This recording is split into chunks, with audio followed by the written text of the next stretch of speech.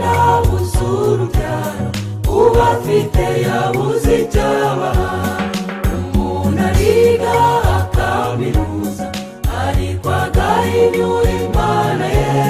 Yewe nasanze kuba mu Mana ntakibiruta, ngwino uyisanga. Ufite Imana bafite byose, yaba ibyo mu isi no mu ijuru. Uwo matanye nayo iteka, uwo niwe ufite ubugingo.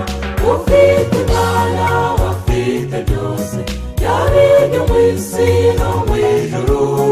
Uwo matanye nayo iteka, uwo niwe ufite ubugingo.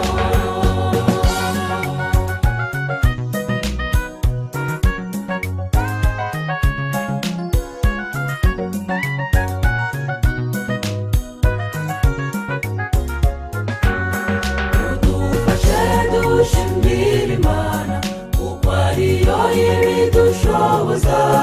Nubwo waba ufite ibibazo, izere Yesu n'igisubizo. Iduha ubuzima buri munsi, yaduhaye ubugingo bw'iteka. Ntacyo tugeze tuyiburana, tuzayigumaho kugeza iteka.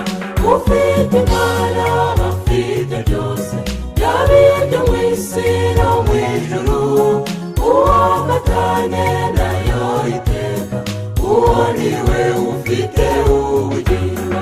Ufite Imana bafite byose, yaba ibyo mu isi no mu ijuru. Uwo matanye nayo iteka, uwo niwe ufite ubugingo. Ufite Imana bafite byose, yaba ibyo mu isi no mu ijuru. Uwo matanye nayo iteka, uwo niwe ufite ubugingo.